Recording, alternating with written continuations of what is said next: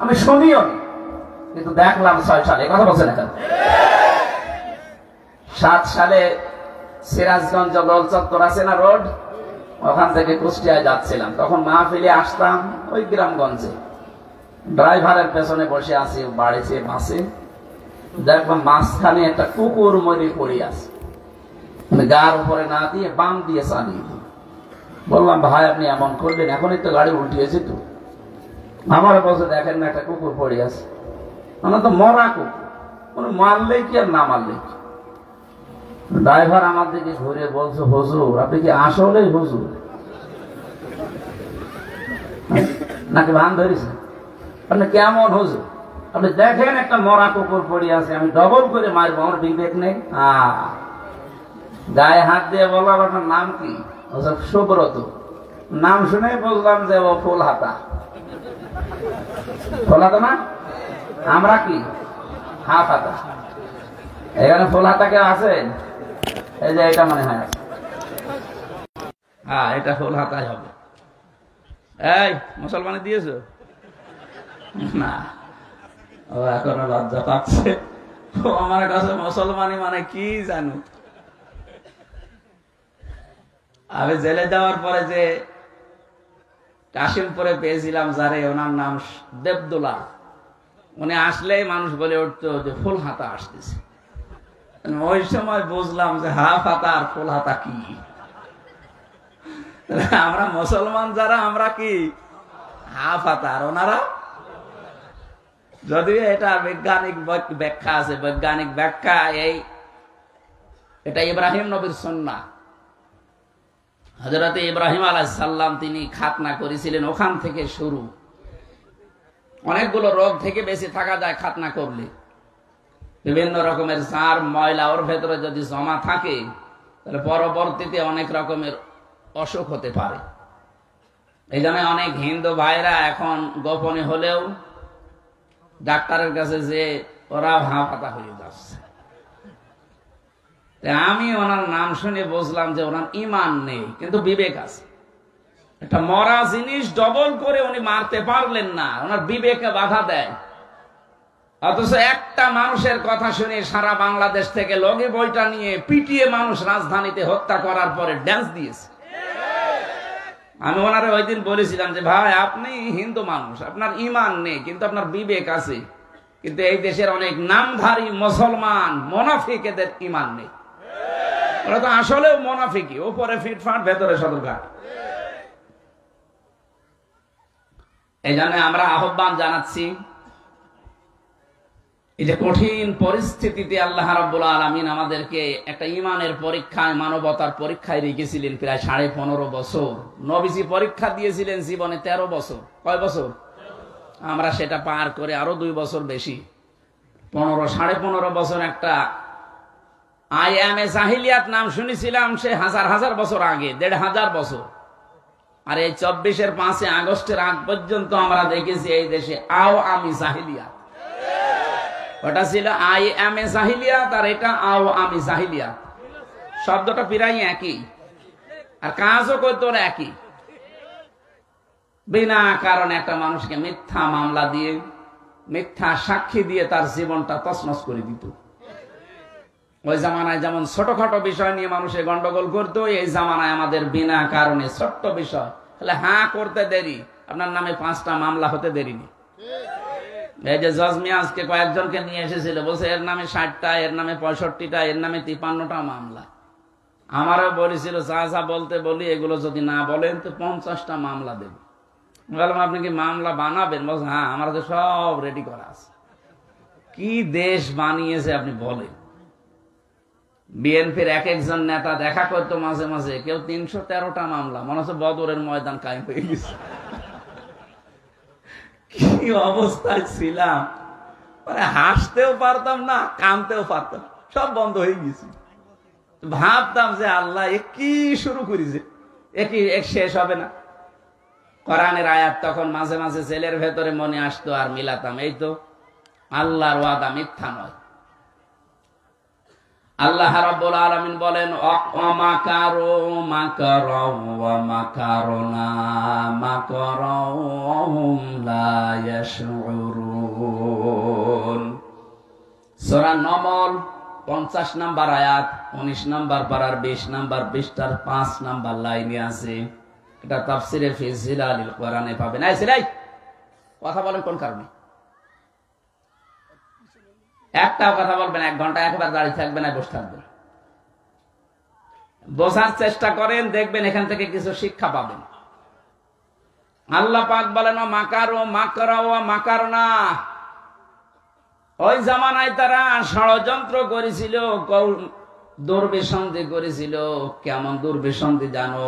অকাদ মাকারু মাকারহুম ওয়া ইনদাল্লাহি মাকরুহুম ওয়া ইন কানা মাকরুহুম লিতাযুলা মিনহুল জিবাল।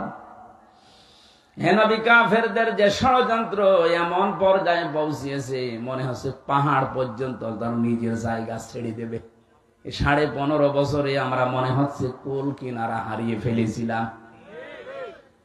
বাংলাদেশে এমন কোন দিক বিভাগ নেই যেখানে তারা ষড়যন্ত্র করে নাই। এই যে পুলিশ ভাইগুলো দাঁড়িয়ে আছে, পোশাকটাকে পর্যন্ত তারা কলঙ্কিত করে ফেলেছে। আগে পুলিশ দেখলে মানুষকে সম্মান দিত, ভয় পেত, ভয়ে হোক আর সম্মানে হোক। আর এখন পুলিশের চেহারা দেখলে মানুষ আগে গালি দিয়ে নেয়। দোষ তো এদের না, কয়েকটা কোলাঙ্গার ছিল উপরে, এই যে ভাতের হোটেল দিয়েছিল হাও আঙ্কেল। হাও আঙ্কেল কি নাম দেখে তো। এরকম কিছু শয়তান মার্কা লোক ছিল যারা এই জালেমকে টিকিয়ে রাখার জন্য ঠিকাদারি নিয়েছিল। তাদের জন্য এই বাহিনীটা পুরা জাতির কাছে কালার হয়ে গেছে। অথচ এই পোশাকটা সম্মানের পোশাক। নবীজি 2টা চোখকে জাহান্নামে যাবে না বলে গ্যারান্টি দিয়েছে, তার ভেতরে এদের চোখ। যারা মানুষকে পাহারা দেওয়ার জন্য রাত জেগে থাকে, আর যারা রাতে আল্লাহর ভয়ে এমনিতেই চোখ দিয়ে কন্দন করে। কত কঠিন অবস্থায় দায়িত্ব পালন করা লাগে আমি নিজে দেখেছি। 24 ঘন্টা, আর 24টা ঘন্টা এদের ডিউটি, কোনো ছুটি নেই। রোদ বৃষ্টি গরম যাই বলেন না কেন পাহারা দেওয়া লাগবে। আমি ভেবে দেখেছি বাংলাদেশে যারা দায়িত্বে আছে প্রশাসনের, সে যে বিভাগেই হোক, বিশেষ করে পুলিশে, অন্যগুলোতে একটু ছাড় আছে। বিডিআর আর পুলিশ এরা যেভাবে কষ্ট করে, যদি ইমান হালকাও থাকে আল্লাহ মনে হয় তাদের মাফ করে দেবে। কিন্তু এই রাস্তাটা পর্যন্ত জালেমরা বন্ধ করে দিয়েছিল। এমন কোন হেন অপরাধ নেই যা ওদেরকে দিয়ে করাতে বাধ্য করেনি। চেন অফ কমান্ডে চলা লাগে, উপরের থেকে ওই অলি যা বলবে ওদের তাই করা লাগবে। কত পুলিশকে আমি কারাগারের ভেতরে, বিশেষ করে হাজতখানায় দেখেছি, ওনারা নিজেরা চুরি করে যায় নামাজ নিয়ে এসে বলতো হুজুর নামাজটা পড়েন। কারণ নামাজ পড়ছেন, আমি যাই নামাজ দিয়েছি, এটা দেখলেও আবার আমার উপরে চার্জ করবে। কি অবস্থায় ছিল ওরা বলেন। বহু ভালো মানুষও পেয়েছিলাম, 100টার ভেতরে হয়তো 2টা খারাপ পেয়েছি, আর সেই 2টার ভেতরে একটা আমার ভাগ্যে পড়েছে। আমার মামলার আয়ু মিজান। শয়তান আমি আকিস গ্রুপে চাকরি করতাম, এ মালিকের কাছ থেকে 35 লাখ টাকা পর্যন্ত নিয়েছে। 20 লাখ একদিনে নিয়েছে। বলছে টাকা যদি না দেন হুজুরের নামে 50টা মামলা দেব। আমার বাবার কাছ থেকেও 10 লাখ নিয়েছে। ও কথা ঠিক রাখে নাই, বলেছিল যে মামলা আর দেব না, যা দিয়েছে ওই একটাই শেষ। টাকাটা নেওয়ার পর আবার পরের দিন আবার আর একটা দিয়েছে। আপনি এরকম বেঈমানি করলেন কি করে? এখন পালিয়ে আছি, মাঝে মাঝে হোয়াটসঅ্যাপে কল দিয়ে বলে হুজুর আমার নামে কিছু বলবেন না। বলবেন না মানে আগে টাকা ফেরত দেন। আপনারা আমি মাফ করে দেব, অসুবিধা নেই, আগে টাকা ফেরত দেন তারপরে মাফ চান। সাফ কথা বলছি, বাংলাদেশে যে যার কাছে অপরাধ করেছে, এই যে শুনলেন না গাজী সাহেবের কথা, 1000 বিঘা জমি শুধু ভরাট করে নিজের নামে আল্লাহর নামে লিখে দিয়েছে। যার জমি, যার জায়গা, যার ব্যবসা প্রতিষ্ঠান বন্ধ করেছেন, যাকে গুণ খো মায়না ঘরে রেখেছেন, মিথ্যা মামলা দিয়ে মিথ্যা সাক্ষী দিয়ে জীবনটা নষ্ট করে দিয়েছেন, কিচ্ছু জানে না। এই জজ মিয়া ঘরে ঘুমিয়ে আছে, চোখ খুলে দেখছে হাজতখানায়। কি গো, তুই গাছ কেটেছিস? কখন? স্বপ্নে। আপনি জিজ্ঞাসা করেন, স্বপ্নে গাছ কাটা মামলা পর্যন্ত চলছে। এই অপরাধ গুলো যারা করলেন, এখন যদি বলেন আস্তাগফিরুল্লাহ, হবে? আপনি তার আল্লাহর কাছে অপরাধ করেননি, অপরাধ করেছেন জজের কাছে, অপরাধ করেছেন হামজার কাছে। আগে আমার কাছে মাপ চাবেন আর আমার ক্ষতিপূরণ দেবেন, এরপরে আস্তাগফিরুল্লাহ। কাশিমপুরে যে দেখি এক ওসি দেখা করতে এসেছে, বলছে হুজুর আমার আস্তাগফিরুল্লাহ দেখেন তো কিভাবে। আমি এই নির্বাচনে বাইরে ছিলাম, রাত 12টার পর থেকে আমার যে এসআই আছে, কনস্টেবল আছে, এই যে সমস্ত আল্লাহর ওলিদেরকে নিয়ে আমি একেবারে ফজর পর্যন্ত আল্লাহর নামে ভোট কাটা আরম্ভ করলাম। এই দেখেন কোরআন শরীফ আমার সামনে, এইভাবে বলছি, ফজর পর্যন্ত আমি আল্লাহর নামে ভোট কাটলাম, বাক্স ভর্তি করে জায়গা মতো পাঠিয়ে দিলাম। এরপরে ওযু করার পরে, গোসল করার পরে 2 রাকাত নামাজ পড়ে বললাম আস্তাগফিরুল্লাহ। হুজুর আমার তওবা হয়েছে না। কিসের তওবা করলেন আপনি? আপনি কি আল্লাহর কাছে দোষ করেছেন? একটা এমপি বানাতে 3.5 লাখ 4 লাখ হামজা লাগে, এক কথা বলছেন না কেন? আপনি আমার মতো হামজার অপরাধ করেছেন, আমার রায় আপনি দিয়ে দিলেন। অথচ আজ 8-9 দিন ধরে যারা 2 বোন পালিয়েছে, ওরা কিন্তু মিথ্যা কথা ছড়াচ্ছে বিশ্বের মোড়লদের কাছে যে আমরা নির্বাচিত ছিলাম, আমাদেরকে উৎখাত করা হয়েছে। এটা ডাহা মিথ্যা কথা। আপনি যে নির্বাচিত ছিলেন, এটা যদি ঘোড়াও শোনে ও হাসবে। একটা কথা বললেন, একটা হাসি মানুষ এত বড় মিথ্যা কথা বলে? 15.5 বছরে দেশে নির্বাচন হয়েছে? বলেন বলেন। একবার তো 154 জন আন্দাজেই করে নিলেন, আর একবারে তো ওসির বর্ণনা শুনলেন যে কি করে নির্বাচন হয়েছে। এই যদি হয় নির্বাচনের ধরন, নির্বাচিত হওয়ার ধরন, যে শয়তান পর্যন্ত হাসবে না? আমাদের এই জাতিকে আপনি বাইরে এখন মিথ্যাবাদী বানানোর পায়তারায় আছেন। সারা দুনিয়া জানে যে 15.5 বছরে এদেশে গণতন্ত্র ছিল না, এদেশে মানবতাও ছিল না। তাছাড়া সে নিজে বর্ণনা করলাম যেটা দেখে দেখে বলেন, এটা মানবতার সাথে যায়? হ্যাঁ, 14 বছর একটা মানুষকে আটক করে রাখেন। মাঝে মাঝে চিন্তা করতাম যারা আমাদের দায়িত্বে থাকতো, ওই মাটির নিচে যারা পাহারা দিত, ওরা বাইরে যে সংসার করতো কি করে? ওদের বিবেক নেই। আমার মনে হয় এরা হয় লাল পানি খেত না ঘুমের বড়ি খেত। তাছাড়া ওদের ঘুম আসা সম্ভব না ওই দৃশ্য দেখে আসার পর। বলেন একটা মানুষ এত বড় নখ হয়ে গেছে, ওর দিকে তাকালেই তো ভয় লাগে। অথচ দায়িত্ব পালন করে আসতো 8 ঘন্টা করে বাড়ি চলে আসতো, আবার তো তার পরের দিন যেত। গোপন কিছু মানুষকে ওখানে দায়িত্ব দিত, সবাইকে দিত না। এত বড় বড় বড় অপরাধ করার পরে এখনো পর্যন্ত আপনি যদি বলেন আমি কি করেছি, আপনার বিবেকে মনে হয় কুকুরে পোশাক করেছে।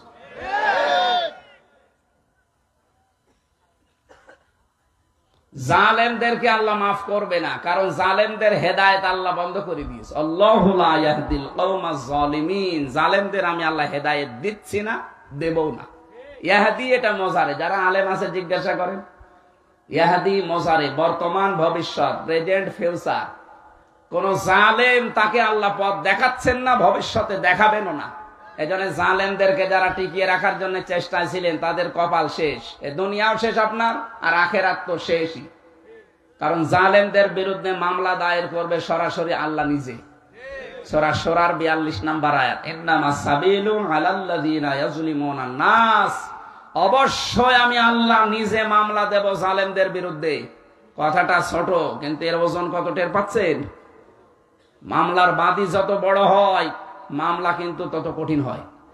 কথা বলেন না কেন? আমার মামলার বাদী ছিল সরাসরি উনি। যদি সলিমদ্দি কলিমদ্দি হতো না, 2 দিনে বের হয়ে চলে আসতাম।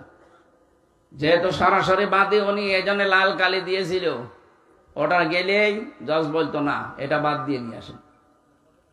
অথচ বাইরে আমরা শুনতাম যে আইনের শাসন প্রতিষ্ঠা হচ্ছে। এই আইনের শাসনের ধরন, আমার জামিন পাওয়া আমার অধিকার না? বলেন, পেয়ে কি করবেন? একটা মামলায় পাবেন, গেট থেকে আর একটা মামলা দিয়ে ঢুকিয়ে দেবে। এই ছিল দেশের গণতান্ত্রিক অধিকার, ন্যায় বিচারের এই ছিল বাংলাদেশে দৃষ্টান্ত। আর এটা বাইরের দেশে ছড়িয়েছে যে আমরা আইনের শাসন প্রতিষ্ঠা করেছি। নাউজুবিল্লাহি মিন যালিক। ভেতরে থেকে বহু মানুষকে, বিশেষ করে বিডিআরদের যে কান্নার আওয়াজ, এদের যে দীর্ঘশ্বাস, হাজারো বিডিআর, এরা তো এই প্রশাসনের মতোই মিথ্যা মামলা দিয়ে 14 বছর আটক করে রেখেছে। তাহাজ্জুদ পড়তে যখন উঠেছি রাতের বেলা দেখতাম মুরব্বী যারা বিডিআর আহ করে একটা আওয়াজ দিত। আমার মনে হয় এই দীর্ঘশ্বাস, এই আওয়াজ আল্লাহর আরশে গিয়ে ধাক্কা খেয়েছে। জালেম কি এমনি পড়েছে? এই মানুষের দীর্ঘশ্বাস আর এদের বদদুয়ার আর লানতের কারণে পড়েছে। আল্লাহ পাক বলেন ওরা ষড়যন্ত্র করেছিল, এমন ষড়যন্ত্র মানুষ হতাশ হয়ে গেছে, না আর মনে হয় সূর্য উঠবে না। মাকার না, আমি আল্লাহ কিন্তু কৌশল করেছি। মাকরন, কৌশল করার মতো। অহুমলা ইয়াশউরুন, তারা টেরও পায়নি আমার কৌশল। এবার আসেন তো, শব্দ দুইটা এক। আমি আলেমদেরকে বলছি মাকারো মাকরন শব্দ দুইটা, এরপরে মাকার না মাকরন, এখানেও শব্দ দুইটা। এর মূল মাদ্দা যেটা মেন কাফরা, মাকার মানে ষড়যন্ত্র করা, এটা কাফেরদের বেলায়। আর মুসলমানদের বেলায়, আল্লাহর বেলায় এটা ষড়যন্ত্র হবে না, হবে কৌশল।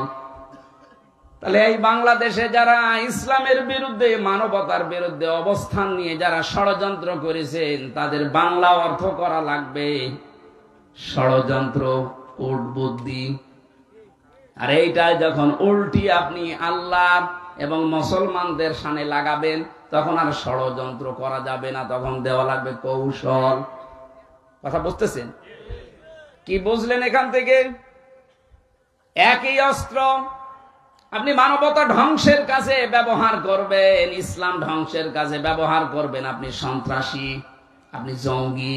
কথা বলেন এখান, ওইটা ইসলামের পক্ষে যদি কেউ কাজে লাগায়, মানবতার পক্ষে নিয়ে দাঁড়ায়, ওইটা তখন আর জঙ্গি সন্ত্রাসী হবে না, ওইটা হবে জিহাদ। শব্দ কিন্তু দুইটা এক, মাকার। তা আল্লাহর ক্ষেত্রে হবে কৌশল, কাফেরদের ক্ষেত্রে হবে ষড়যন্ত্র। আল্লাহ পাক বলেন কি হয়েছে আপনি দেখবেন, ফানজুর কাইফা কানা আকিবাতু মাকরিহিম।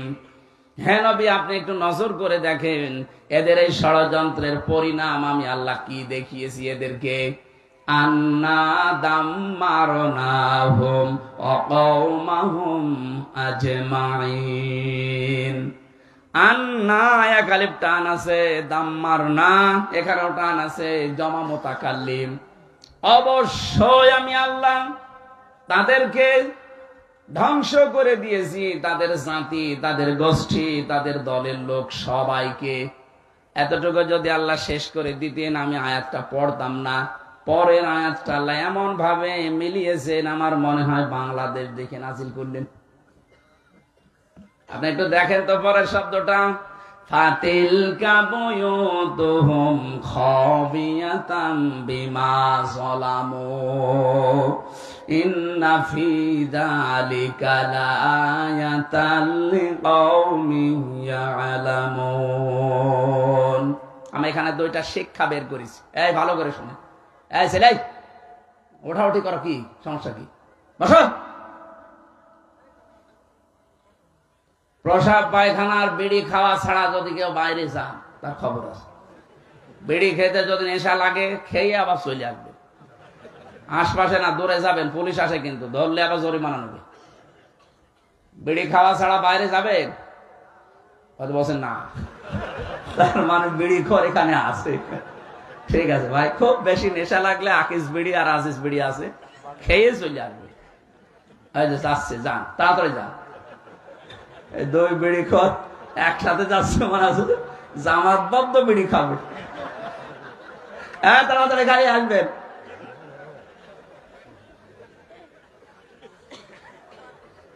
হা দিলেন বক্তব্যের আগে, এটা সূরা নমল থেকে বলছি, 50, 51, 52 নম্বর আয়াত। আল্লাহ পাক বলেন ফাতিলকা, এই যে ঘর, বয়ুত, বাইতুনের বহুবচন বয়ুত দিয়েছেন। আল্লাহ বলেন হে নবী একটু তাকান না কেন, এই সেই ঘর। এই সেই, এই জবাব দেন, এই সেই কি? এই সেই ঘর কি? আল্লাহ বলেন এই সেই ঘর, খাবিয়াতান, জনশূন্য করে দিয়েছি, সার শূন্য করে দিয়েছি, ওজাড় গৃহ বানিয়ে দিয়েছি। বিমা জলামো, তাদের জুলুমের কারণে। এই আয়াতটা যে কত বাস্তব, আগস্টের 5 তারিখের বিকাল 5টা বাজতে বাজতে আল্লাহ মিলিয়ে দিয়েছেন। সারা বাংলাদেশের 64 জেলার 630টা থানা, যেখানে যেখানে জালেমদের বাড়ি ঘর ছিল, মানবতা একেবারে উল্টিয়ে দিয়েছে। আপনি দেখেন 2.5-3 ঘন্টার ব্যবধানে একটা ইট পর্যন্ত খুলে নিয়ে চলে গেছে। আমার কুষ্টিয়ার হানিফ কি দাপট ছিল, হাসিনার পরেই মনে হয় ওবায়দুল কাকা, এরপরে হানিফা। এরে আল্লাহ এমন অপমান করেছে, ওর বাড়ির ইটও এখন আর নেই। ওর বাড়ি এখন জাতীয় টয়লেট হয়ে গেছে।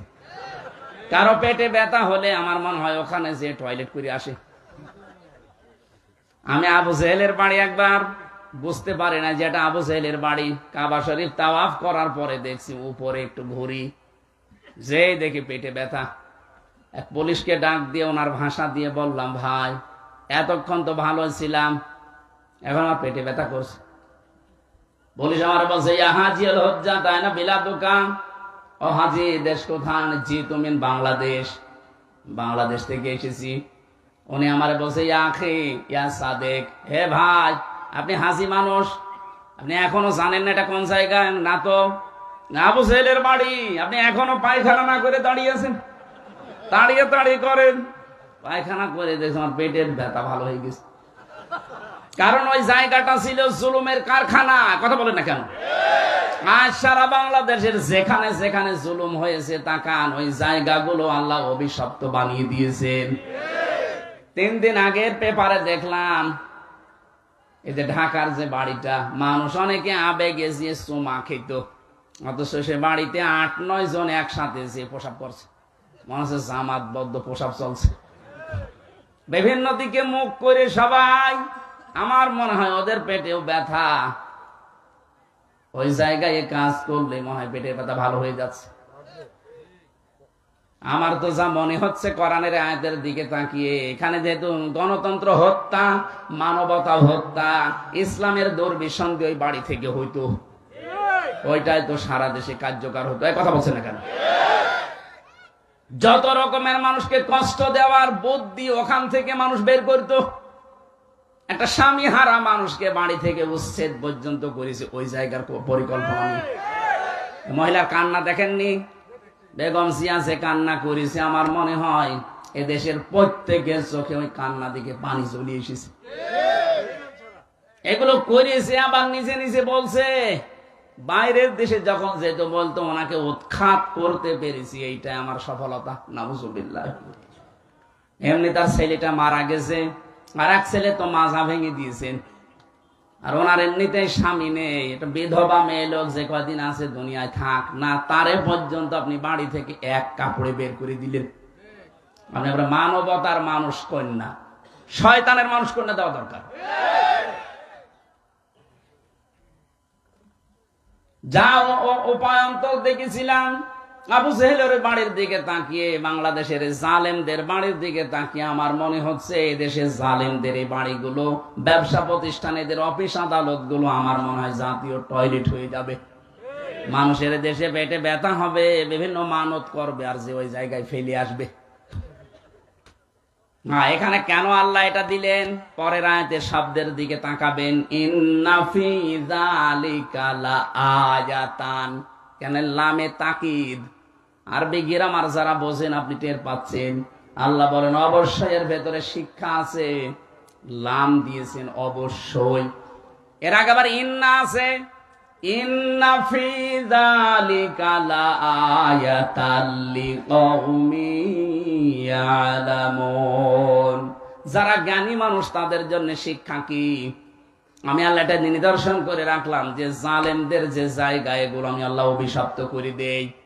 পরবর্তী প্রজন্ম দুনিয়াতে যারা আসবে, যারা চেয়ারে বসবে, তারা যেন জুলুমকারী হয়ে না যায়। এরা 15.5 বছর দীর্ঘ সময় যদি ক্ষমতায় থেকে জুলুম করার কারণে বাড়ি ঘর পর্যন্ত এখন উজাড় হয়ে গেছে। এই ঢাকা শহরে 8 কোটি, 12 কোটি, 15 কোটি টাকা দামের গাড়ি পড়ে আছে, পরিচয় দেওয়ার মতো কেউ নেই। দরবেশ বাবার গাড়ি শুনলাম 8.5 কোটি টাকা দাম পড়ে আছে, এখন ঢেকে রাখা আছে। 8.5 কোটি টাকা দামের গাড়ি পড়ে আছে, পরিচয় দিতে ভয় পাচ্ছে। কারণ দরবেশের যা টাকা সবই অবৈধ টাকা। 7টা ব্যাংক থেকে লুট করেছে 36,000 কোটি টাকা, যেটা দিয়ে পদ্মা সেতু তৈরি করেও আরো 4,000 কোটি টাকা বেঁচে থাকবে। কি করে গিয়েছেন দেশটাতে? আর এত বড় বড় দাঁড়ি রেখেছিলেন মানুষকে ধোকা দিয়ে বোকা বানাতে।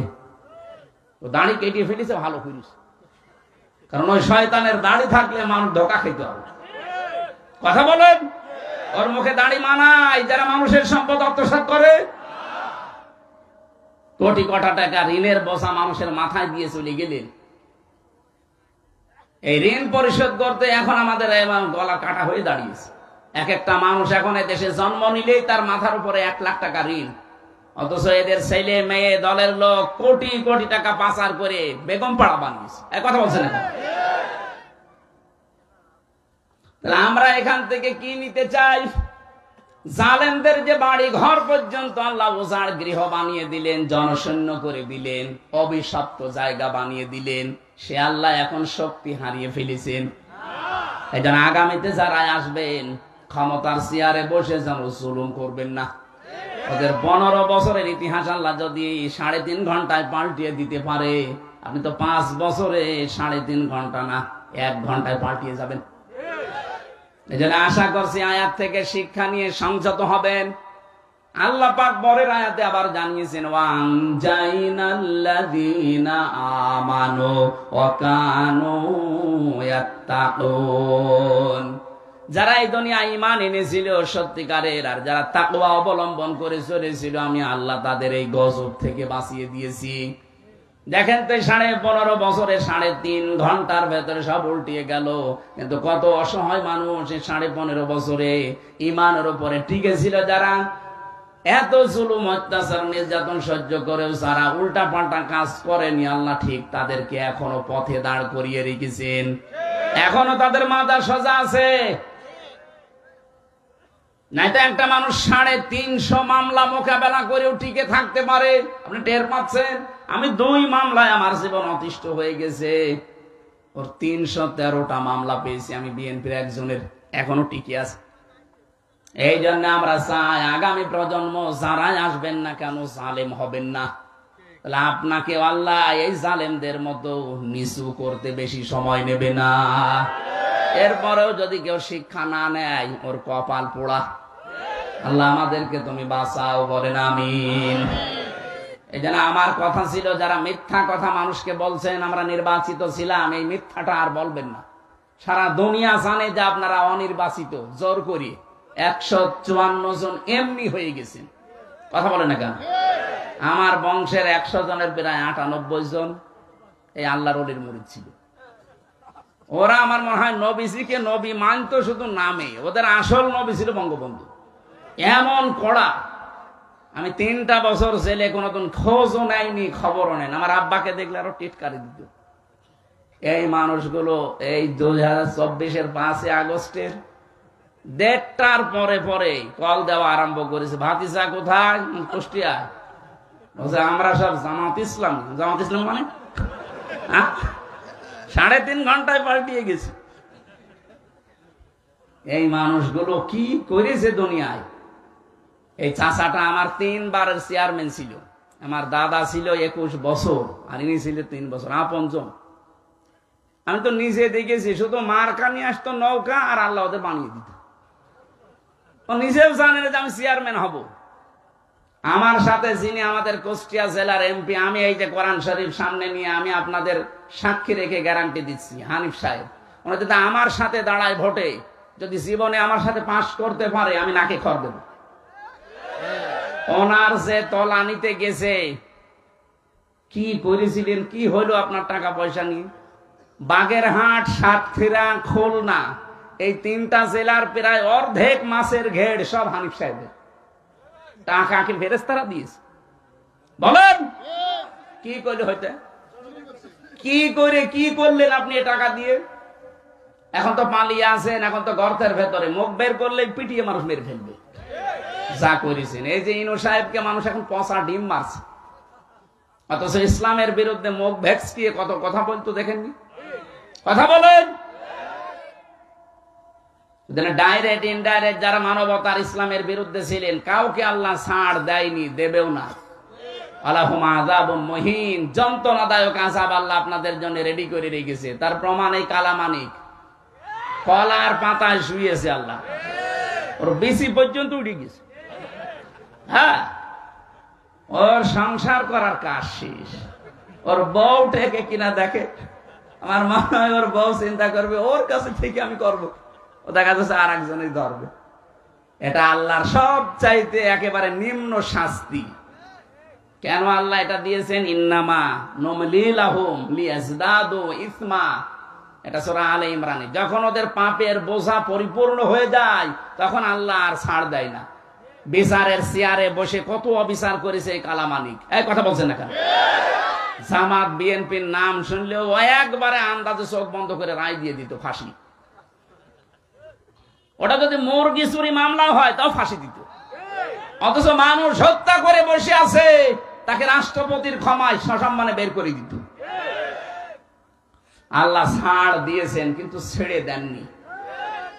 আমরা চাই যারা এই দাঙ্গা বাঁধানোর চিন্তায় আছেন, ফেসবুকের সমস্ত ভুয়া নিউজ শুনে আপনারা উদ্বুদ্ধ হবেন না, বিশ্বাস করবেন না। এগুলো সব ওদের বানানো, আর ওরা বসে বসে দুই বোন এই গুটি চালতেছে। আমরা যেন এই ষড়যন্ত্রে পা না দেই। এ দেশে যা আছে অনেক ভালো আছি আমরা, বাইরের বহু দেশে আমি ঘুরেছি, সাম্প্রদায়িক সম্প্রীতি এত বেশি পৃথিবীর কোন দেশে নেই। ইসকন নিয়ে যেটা সমস্যা চলতো এটা আন্তর্জাতিক ভাবে না। ইসকন এবং হিন্দু এক জিনিস না। ওকে বলাৎকারের জন্য পর্যন্ত ইসকন থেকে বহিষ্কার করা হয়েছে। এখন সব বের হচ্ছে, তার যে চরিত্র সব ভিডিও বের হচ্ছে। সুতরাং হিন্দু ভাইরা যারা আছেন, অন্য ধর্মের যারা আছেন, উস্কানিতে পা দেবেন না। আর এই ফেসবুকের 100টার মনে হয় প্রায় 70টা কথা মিথ্যা কথা। এই কথা বিশ্বাস করে কেউ যদি আবেগে আপ্লুত হয়ে না, সেই যশোরে একবার গিয়েছিলাম মাহফিলে, 18 সালে 19 সালে যশোর MM কলেজের মেয়েরা মিছিল করছে ইফটিজিং এর বিরুদ্ধে, ডাইরেক্ট অ্যাকশন। একটা 20 বছর 25 বছরের যুবতী মেয়ে, বুকে কোনো ওড়না নেই, একটা স্কিন টাইট প্যান্ট পরা, গেঞ্জি হাফ গেঞ্জি গায়ে দিয়ে, হাতাও হাতা নেই, এরকম একটা মেয়ে যদি এক হাতে ব্যানার ধরে আর এক হাতে বলে ইফটিজিং এর বিরুদ্ধে ডাইরেক্ট অ্যাকশন, কেমন লাগে বলুন? তখন আমি বাসে চলতাম, চিন্তা করলাম যশোরের ওই পালবাড়ি মোড়ে পুলিশ আবার ধরলে না জানে এবার কোন সালের অপরাধী বলে চালিয়ে দেয়। ঢুকলাম পাশে চার দোকানে, ঢুকে দেখছি পুলিশ চা খাচ্ছে। আরে ভাই, আপনার যন্ত্রণায় আসলাম আমি এখানে, আর আপনি আমার সামনে। একটা কথা বলি, বলে এই যে মিছিল আসতেছে, যশোর MM কলেজের মেয়েরা অনার্সে মাস্টার্সে পড়ে, 22 বছর 25 বছর বয়স, বুকে কোনো ওড়না নেই। দেখছেন না কিভাবে মিছিল করছে? এক হাতে ব্যানার আর এক হাতে ইফটিজিং এর বিরুদ্ধে ডাইরেক্ট অ্যাকশন দিচ্ছে। পুলিশ আমার বলছে, হুজুর যে জিনিস আমি দেখছি মনে আছে ইফটিজিং আমি আগে করি। ঠিকই বুঝেছি। তাই জানা আপনারা উদ্বুদ্ধ হয়ে এরকম ইফটিজিং আমি আগে করে শুরু করেন না। ওনাদের ষড়যন্ত্র ওনাদের কাছে থাক, কেউ এই ষড়যন্ত্রে পা দেবেন না। এই যে কল রেকর্ড গুলো মাঝে মাঝে ফাঁস হয়, আপনি তো বাস্তবতা জানেন না। নিজে কল দেয়, নিজে রেকর্ড করে, নিজে এডিটিং করে, লোক দিয়ে নিজেই ছেড়ে দেয় মানুষের ভেতর একটা ভীতি তৈরি করার জন্য। আর বলে যে এই পুলিশ, এই পুলিশ, এই আওয়ামী লীগ, এই বিএনপি, এই জামাতের লোকগুলো লিস্ট করে রাখো, আমি আসতেছি, আপনি আসেন। আপনি চট করে আসবেন, ফট করে আয়না ঘরে ঢুকিয়ে দেবো। ভণ্ডামি করার জায়গা পান না। যা করেছেন আল্লাহ আপনাকে মাফ করবে না। পৃথিবীর ইতিহাস পাল্টিয়ে দিয়েছেন আপনারা। আমি বললাম না বিশ্ববিদ্যালয়ে থাকাকালীন বহু ইতিহাস পড়েছি, কিন্তু এরকম কঠিন কড়া মানুষ এত নিচে নামতে পারে ক্ষমতার কারণে আমি কোনোদিন ইতিহাসে পড়ি নাই, শুনিও নাই। আমরা তো এতদিন বেঁচে ছিলাম, এই 15.5 বছর যারা বিরোধীতে যারাই আছে, শুধু ওই 14 দল বাদ দিয়ে বাকি সবই আমরা বিরোধী। কথা বলেন না কেন? আর সবগুলো আমরা মাজলুম, সে যে দলেরই হোক। আমরা বেঁচে ছিলাম শুধু পাগল মনে করি। হাজ্জাজ বিন ইউসুফ এই লোকটা জালেম ছিল। পিয়াদারা যে বলছে, স্যার আপনার জন্য তো বাইরে যাওয়া যায় না, মানুষ খালি গালি দেয়। গালি কে দেয় আমি দেখবো। ছদ্মবেশ নিয়ে বাইরে গেছে, এক গ্রাম্য লোক রাস্তায়, এই বেটা হাজ্জাজ বিন ইউসুফ লোকটা কেমন? কেমন মানে ও তো জালেম, জালেম, হ্যাঁ ওর বাবাও জালেম, ও জালেম। যেই বলেছে জালেম, ওর খেছে মাথা খারাপ। বেটা আমার ছেলে না, ছদ্মবেশ খুলে বলছে আমি সে হাজ্জাজ বিন ইউসুফ। চিন্তা করছে আমার তো মাথা থাকবে না। ডাক দিয়ে বলছে বাদশাহ নামদার, আপনি আমার চেনেন? না, আমি এই গ্রামের ওই লোক যার মাসে 2 দিন মাথা খারাপ হয়, আজকে তার পয়লা দিন। তুই পাগল, পাগল বলে বেশি গিয়েছে। আমরা ওই 15.5 বছরে ওই 14 দল বাদ দিয়ে যারাই ছিলাম পাগল বলেছিলাম। এক কথা বলছেন, পাগল বলে বেশি ছিলাম। মাসে 2 দিন আমাদের মাথা খারাপ হইতো, ওইটা তার পয়লা দিন। আল্লাহ আমাদের বিশাল জগদ্দল একটা পাথর তিনি সরিয়ে দিয়েছেন, আমাদেরকে আল্লাহ বাঁচিয়েছেন। এই পাথর যেন কিয়ামতের আগে দেশে আর ঘুরে না আসে। কথা বলেন না কেন? যে আল্লাহ আমাদেরকে এই যে কথা বলার মতো একটা পরিবেশ দিলেন, এটা যে কত বড় নিয়ামত, এই 15.5 বছর আমরা টের পেয়েছি। তাও তো নারায়ণগঞ্জ আল্লাহর ওলি 70-72 রাকাত তাহাজ্জুদ পড়তে বলে একটু ভালো ছিলেন। আর বাইরের যে জেলাগুলো কি যে অবস্থা, আমার কুষ্টিয়ার বড় বড় আল্লাহর ওলি সব ওখানে পাঠিয়েছে। ওরা তো তাহাজ্জুদ পড়ে না, ওরা খালি মানুষের জমিয়ে গাজী সাহেবের মতো আল্লাহ রাস্তায় নিয়ে নিত। বলেন তো 3টা জেলার অর্ধেক অংশ তাদের একজনই। এই যে আর একজন ছিল পুলিশ বাহিনীদের প্রধান, যিনি বেনজির বেনজির, ওর কোনো নজির নেই। ও গোপালগঞ্জের অর্ধেকই নাকি তার। কি করেছিলেন আপনারা? আমার তো মানে মাঝে মাঝে শয়তান তো দেখেনি, এদের চেহারার দিকে তাকালে আমার মনে হয় শয়তান যদি দেখতাম তো এরকমই হতো। আল্লাহ যে আমাদেরকে কথা বলার এই বাকশক্তি আবার ফিরিয়ে দিলেন, তার জন্য বলেন আলহামদুলিল্লাহ। দরুদ আর সালাম পাঠ করার মাধ্যমে আজকে কোরআনে কারিমের যে আয়াত পড়লাম, 3 ভাগের 1 ভাগ, সূরা বাকারার 208 নম্বর আয়াতের 3 ভাগের 1 ভাগ পড়েছি। আমরা তাফসীর আকারে কথা বলতে চাই, থাকবেন না? অন্তত থাকা যাবে কিছুক্ষণ, শয়তান যেন আশপাশে আর না থাকে। জবান খুলে পড়েন আউযু বিল্লাহি মিনাশ শাইতানির রাজিম, বিসমিল্লাহির রহমানির রহিম, ইয়া আইয়ুহাল্লাযীনা আমানু দুখুলু ফিস সিলমি কাফা। একটু ভালো করে শুনবেন, অ্যাক্টিভ ভাবে 10 মিনিট শুনেন, দেখবেন অনেকগুলো শিক্ষা আসবে। সূরা বাকারা 286টা আয়াত আছে, 40 রুকু আছে, মাত্র একটা আয়াতের 3 ভাগের 1 ভাগ পড়েছি। আমার এই মাথায় যত কথা এই আয়াত সম্পর্কে আছে, এই 1-1.5 ঘন্টা 2 ঘন্টা না, আমার জীবনের শেষ পর্যন্ত যদি আয়াত নিয়ে আলোচনা হয় জীবন শেষ হয়ে যাবে, এত কথা এর ভেতরে লুকিয়ে রেখেছে। আমরা তাফসীর আকারে বলতে চাই, আপনারা চলে যাবেন নাকি? যে 2-1 যাচ্ছে আর কি বিড়ি খেতে যাচ্ছে, হ্যাঁ আবার এসে পড়বেন। কিন্তু ইমানদারকে আল্লাহ ডাক দিয়েছেন, এখানে যদি কোনো বেঈমান থাকেন তাহলে চলে যান। বিড়ি খেলে কি মানুষ বেঈমান হয়ে যায়? না না, বিড়ি খাওয়া খুব অত বড় গুনাহ না যে আপনি বেঈমান হয়ে যাবেন। আপনার মুখ গন্ধ হয়, আপনার লাঞ্চ নষ্ট হয়। শয়তানের যত কাজ কারবার আছে তার ভেতরে একটা কাজ শয়তান অপচয় করে। কথা বলেন এখানে। তাহলে যারা বিড়ি খান এর দ্বারা কোন লাভটা হয় বলেন? অপচয় ছাড়া। এই জন্য যারা এগুলো খান বা খাচ্ছেন, আশা করছি আমি দয়া করে আপনার কাছে বলছি ছেড়ে দেবেন ভাই। যদিও আমি আকিস গ্রুপে আছি, এদের কাজই বিড়ি তৈরি করা, তারপরে ওদের ব্যবসা অন্তত বন্ধ হোক। আপনারা ছেড়ে দেন, ওদের ব্যবসা বন্ধ হয়ে যাবে। আমি বলেছিলাম সেদিন মালিককে যে স্যার এইটা ছেড়ে দিলেই ভালো হয়। বলছিলাম তো ওইটা নেই, ওটার ভেতরে আমরা নেই, ওগুলো এখন আমেরিকা টোবাকোর কাছে বেশি দিয়েছি। এখন আমরা এই মোজো বানাই, ক্লেমন বানাই, এগুলো দিয়ে এখন খাবার বানাচ্ছি, বাকি ওইগুলো সব ছেড়ে দিয়েছি। এখন তো আকিজের এক ছেলে উপদেষ্টা হয়েছে বশির ভাই। আল্লাহ যেন সততার সাথে দায়িত্বটা পালন করার তৌফিক তাকে দান করে।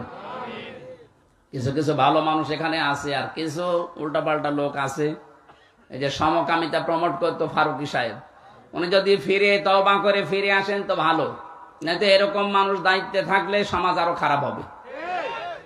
কারণ যারা সিনেমা জগতে কাজ করে আপনি দেখেননি তাদের চরিত্রগুলো, নিজের বউ দিয়ে এই যে জেনার কারখানা খুলে রাখে। আরে ভাই, লজ্জা স্থানের জেনা না হোক, অন্তত চোখের জেনা তো হচ্ছে। তার বউকে কত মানুষ দেখে, চোখের জেনা হচ্ছে না? কেউ কেউ এমনকি উল্টা পাল্টা চোখও মারে। এই জন্য এরকম মানুষ আমার মনে হয় ৯৬% মুসলমানের দেশে। আমাদের মাথার উপরে এইগুলো না রেখে এমন মানুষকে মাথার উপরে নিয়ে আসে যারা দ্বারা ইসলামের এবং মানবতার কাজ হবে। কে এটা? কি আমার কি রাজনীতি হয়ে গেল? এটা আমাদের প্রাণের দাবি। যারা আছেন এমন মানুষকে রাখবেন, বশির ভাইয়ের মতো মানুষ রাখেন, ইসলাম এবং মানবতার জন্য যারা কাজ করবে। বিড়ি যারা খান ছেড়ে দেবেন কিনা বলেন? কারা কারা ছেড়ে দেবেন দেখে হাত তোলেন তো। একজন শুধু। ঠিক আছে ভাই, আপনি এটা ছেড়ে দিয়ে অন্তত পান আর চা খেয়ে। হ্যাঁ, পান তো খান, আপনি দেখে বোঝা যাচ্ছে খান। জিনিস খেয়ে বেকার আমাদের এই লাঞ্চ নষ্ট হয়ে যায়। বিড়ি খাওয়ার এই পৃথিবীতে একটাই মাত্র খাবার আমি পেলাম যার উপরে লেখা থাকে যে এটা খাবেন না, এটা নিষিদ্ধ। লেখা থাকে না? খেলেই ক্যান্সার হয়। পৃথিবীর কোন খাবারে লেখা আছে যে আমাকে খাবেন না? শুধু একটা বাদ দিয়ে, ছাগলে পর্যন্ত খায় না। হ্যাঁ, এটা তো তৈরি হয় আমার কুষ্টিয়ার এই যে ভেড়ামারা, দৌলতপুর, এই সমস্ত জায়গায় দেখেছি। এই তামাক এগুলো সব বিছানা নাই, রাস্তার পাশে পাশে সব দিয়ে রাখে শোকাতে। ছাগলে, গরুতে সব টয়লেট করে।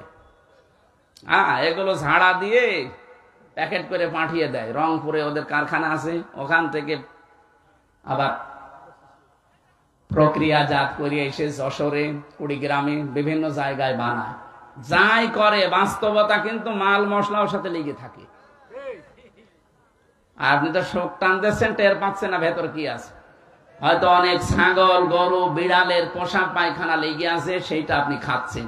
আরে ভাই, বেড়া দেওয়া লাগে না এই খেতে, ছাগলও খায় না, আর আপনি ছাগলের তা তো খারাপ হয়ে গেলেন। আশা করছি এত লজ্জা দেওয়ার পরেও যদি কেউ এই নিকৃষ্ট কাজ ছেড়ে না দেয়, ও মনে হয় আজরাইল আসার আগে আর ছাড়বে না। আল্লাহ এখানে কোন বেঈমানকে ডাক দেননি, ডাক দিয়েছেন ইমানদারকে। কাকে?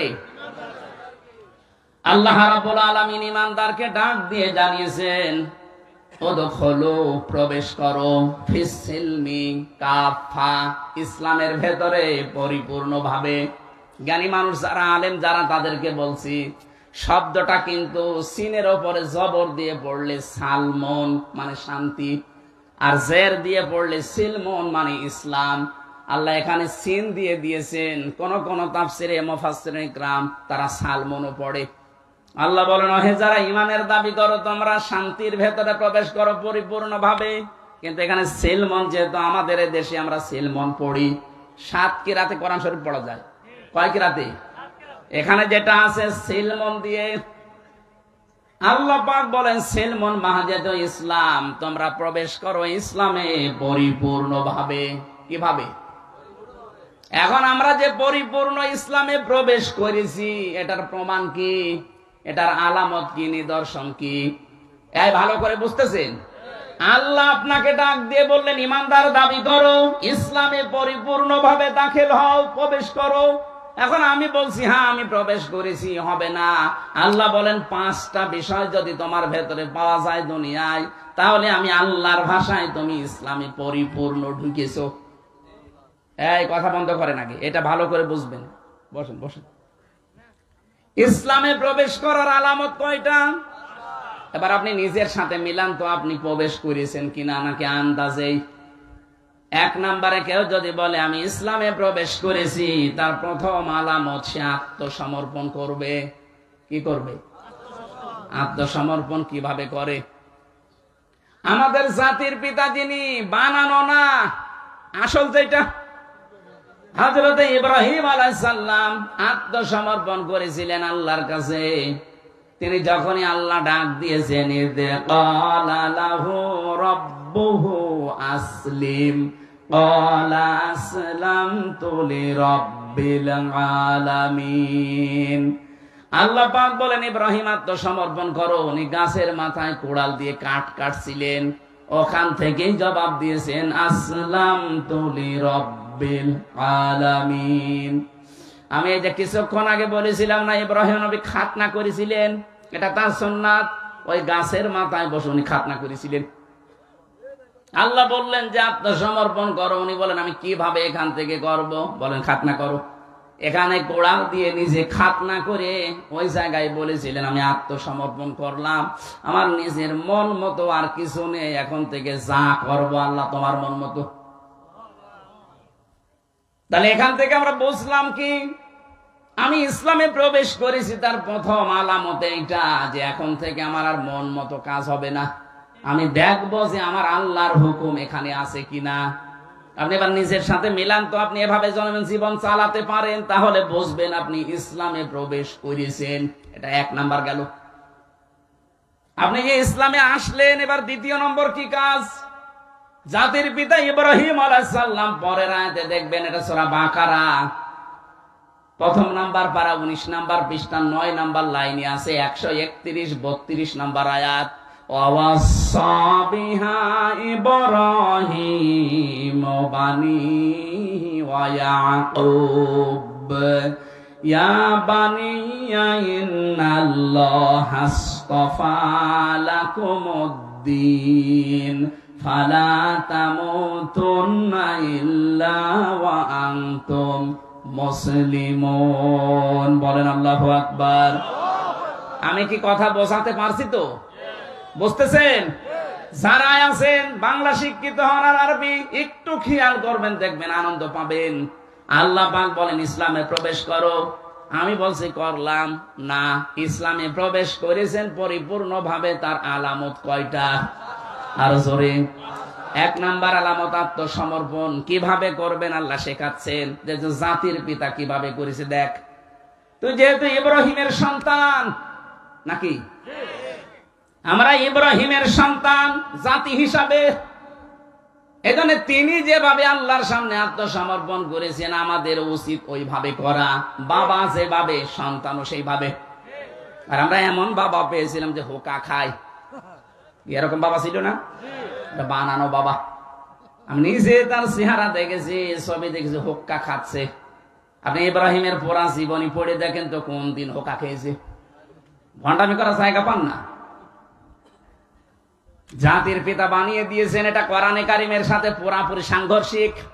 সূরা হজের 78 নাম্বার আয়াতের মাঝে আছে মিল্লাতা আবিকুম ইব্রাহিম হুয়া সাম্মাকুমুল মুসলিমিন। তোমাদের জাতির পিতা আমি আল্লাহর ঘোষণা দেওয়া একজন, নাম কি? আর জোরে বলেন। এই জায়গায় কোনো মত পার্থক্য করা যাবে না, কোনো ভাগাভাগি নেই। কিসের ভাগ করেন আপনি? আপনি যদি অন্য জাতির লোক হন, আপনার পিতা আলাদা হতে পারে।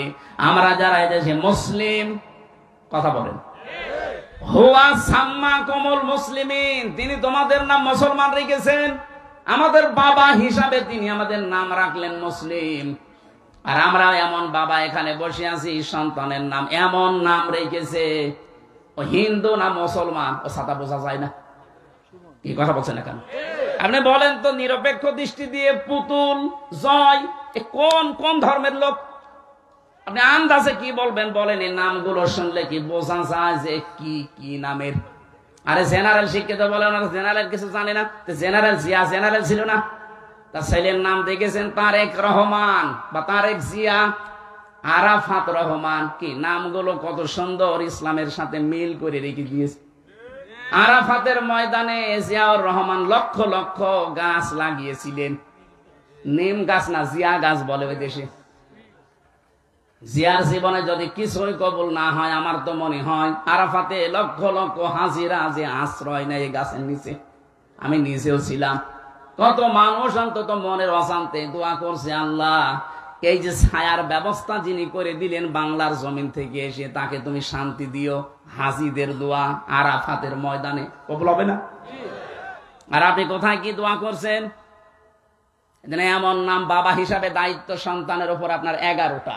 কয়টা? এখানে যারা বাবা আছেন, কয়টা দায়িত্ব পালন করলে বাবা হওয়া যায়? 11টা। কয়টা? আরো জোরে বলেন। এক নম্বরে তার একটা সুন্দর অর্থবোধক নাম রাখা।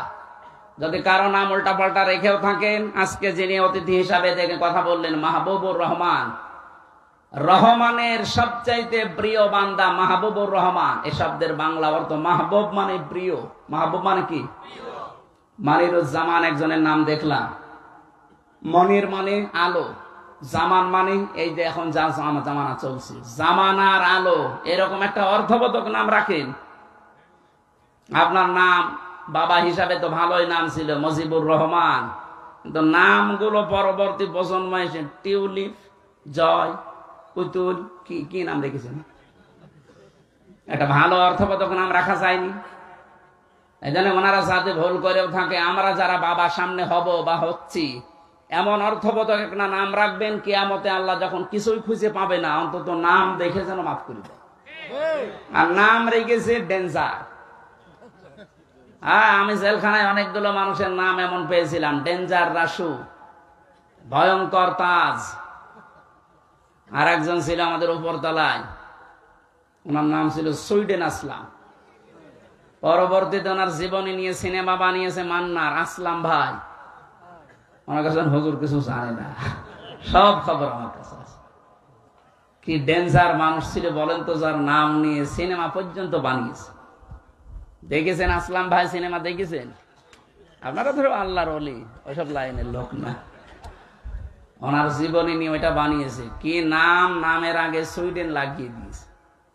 এজন্য নাম বাবা হিসাবে এমন একটা অর্থবোধক নাম আলেমদেরকে জিজ্ঞাসা করে রাখবেন, কিয়ামতে আল্লাহ যখন বিচারের কাঠগড়ায় দাঁড় করিয়ে দেখবে না, এর মাফ করার কিচ্ছু নেই, অন্তত নামটা দেখে যেন মাফ করে দেয়।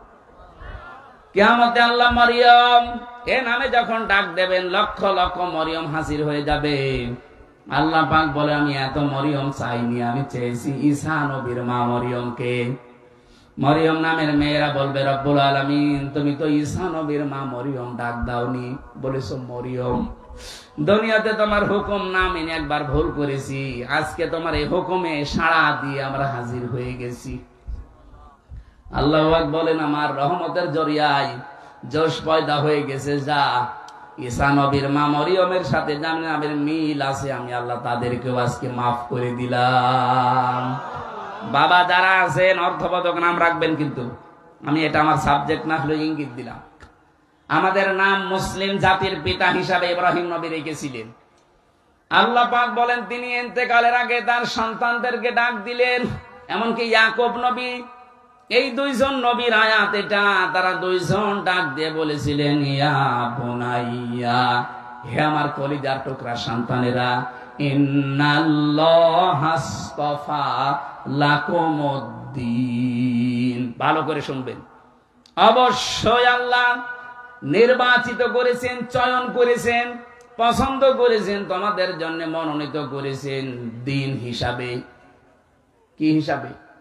কি দিন? কি না না, এখানে আল্লাহ বলেন লাকুমুদ্দিন, তোমাদের জন্য একটা দিন আল্লাহ নির্ধারিত করলেন, নির্বাচিত করলেন, পছন্দ করলেন, চয়ন করলেন। এখন এই যে নির্বাচিত যে দিনটা, এর কি সারা দুনিয়ায় এখন দিন আছে প্রায় ৪৫০০।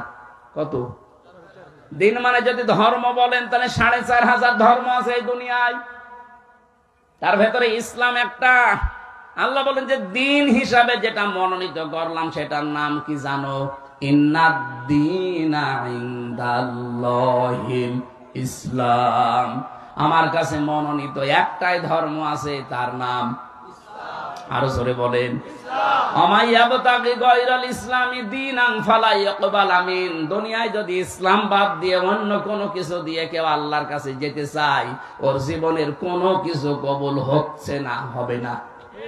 এখানে ধর্ম ভীরু যারা আসে, যে ধর্মের লোক হোক, আজ হিন্দু, বৌদ্ধ, খ্রিস্টান, বিভিন্ন দেশে বিভিন্ন ধর্ম যারা পালন করছে, এমনকি এটা রেকর্ড হচ্ছে, কালকে ছড়িয়ে যাবে সারা পৃথিবীতে।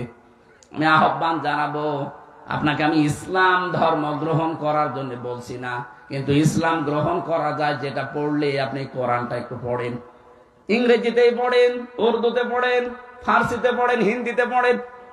৪৫০০ ভাষায় এই কোরআন এখন রূপান্তরিত করা আছে, ব্যাখ্যা করা আছে।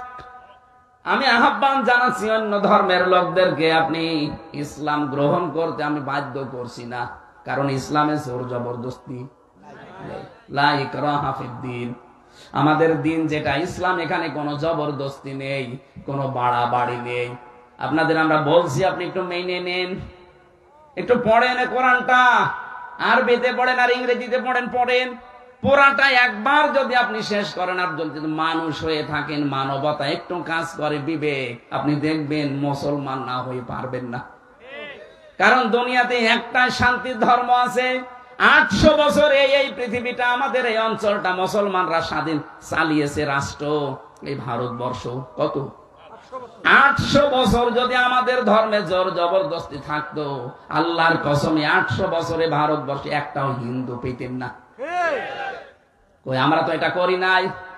অথচ এই কয়েক বছরের ভেতরে আপনারা মোদীর শাসন আমলে দেখতে পাচ্ছেন মুসলমানদের মসজিদের সামনে যে ওরা উলু দিচ্ছে।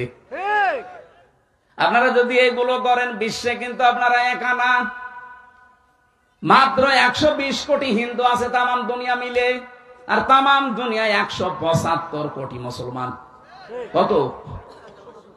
সব চাইতে বেশি আছে হিন্দু ধর্মে 220 কোটি।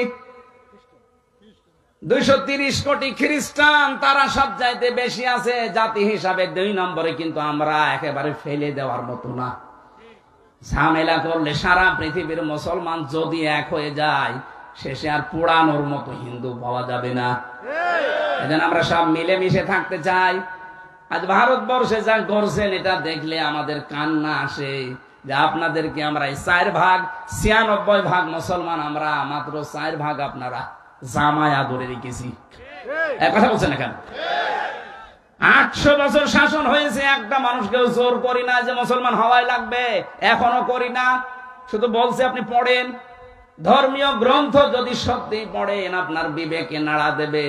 পুরাটা একবার পড়ে দেখেন। এই যে লরেন বুথ, টনি বেলাওয়ারের শালিকা, 3 বছর কোরআনে কারিম একাধারে পড়ার পরেও খ্রিস্টান মুসলমান হয়ে গেছে। সাংবাদিকরা জিজ্ঞাসা করছে, আপনি খ্রিস্টান জাতিতে আপনি মুসলমান হয়ে গেলেন কেন? লরেন বুথ বলছে, দেখেন আমি কোরআনে কারিম মুসলমানদের ধর্মীয় গ্রন্থ পুরা 3 বছর টানা টানা করে পড়েছি, আনা কম সানা কম করে না, বুঝে বুঝে পড়েছি ব্যাখ্যা সহ। 3 বছর আমি 53 জায়গায় লাল দাগ দিয়েছিলাম। ওরা বলে আমাদের ধর্মীয় গ্রন্থ কোরআনে কোনো ভুল নেই। আমি পেয়েছি 53 জায়গায় লাল দাগ দিয়ে দিয়ে ভুল ধরলাম। তো আল্লাহ যেখানেই ভুল ধরি দেখি তার পরের আয়াতে, পরের পাড়ায় আল্লাহ এই জবাব 1500 বছর আগে দিয়ে দিয়েছে। শেষে আমার জীবনের ভুল ধরা পড়ে গেছে। আমি আর নিজের ধর্মেই থাকি নাই, চলে এসেছি ইসলামে। লরেন বুথ কিন্তু যেমন তেমন মেয়ে লোক না। টনি বেলাওয়ারের শালিকা, অনার্স মাস্টার্স এবং পিএইচডি করা একজন মহিলা। এই মহিলা যদি এই অবস্থায় 3টি বছর কোরআনের কাছে এসে নিজের ধর্ম বাদ দিতে পারে, বাংলাদেশ সহ বিশ্বে যারা অন্য ধর্ম মানেন, আপনি যদি সত্যিই পরবর্তী যে জগৎ আসতেছে এটা বিশ্বাস করে থাকেন, আমরা পরকালে বিশ্বাসী, আর হিন্দুরা পুনরুজ্জন্মে বিশ্বাসী, যে ওরা আর একবার জন্ম নেবে, আবার আসবে। যদিও এটা বাস্তবতার সাথে মেলে না। এজন্য আহ্বান জানাবো, আপনারা আসেন, আমাদের ধর্মীয় গ্রন্থ এটা সবার জন্য উন্মুক্ত। আপনাদের অন্যান্য ধর্মের মতো না যে ধর্মীয় গ্রন্থ খালি ওই ঠাকুররা পড়তে পারবে আর কেউ পড়তে পারবে না। এটা সবার জন্য, সে যেই হোক। কথা বলেন না কেন? হাদা বায়ানুল লিন্নাস হুদাল লিন্নাস। মানুষ আপনি পড়েন, আপনাকে পরিবর্তন করতে কোরআন বাধ্য করবে, এমন কিছু আল্লাহ এর ভেতরে দিয়ে রেখেছে। তাহলে এই যে ষড়যন্ত্রগুলো হচ্ছে, এইটা আশা করি বন্ধ হয়ে যাবে। তাহলে দিন হিসাবে আল্লাহর কাছে মনোনীত ইসলাম। ইসলাম বাদ দিয়ে অন্য কোন নিয়ম নীতি দিয়ে আল্লাহকে রাজি করা যাবে না। 4500 ধর্মের কোন ধর্ম আল্লাহর কাছে গ্রহণযোগ্য না, শুধু ইসলাম বাদ দিয়ে। সুতরাং যারা ইসলাম পেয়েছি, ইসলাম মানি, বলেন আলহামদুলিল্লাহ।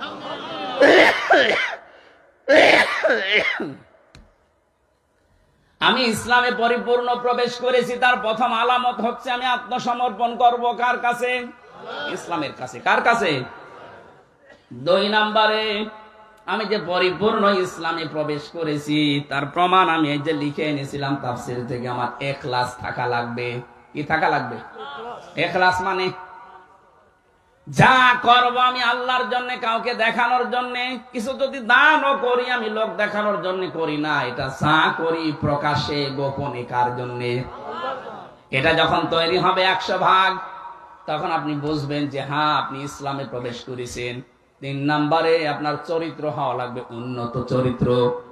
আজ আমাদের চরিত্রের যে অভ্যাস, সামনাসামনি দেখলে বোঝা যায় না, পেছনে ওর চরিত্র শয়তানের চাইতেও খারাপ।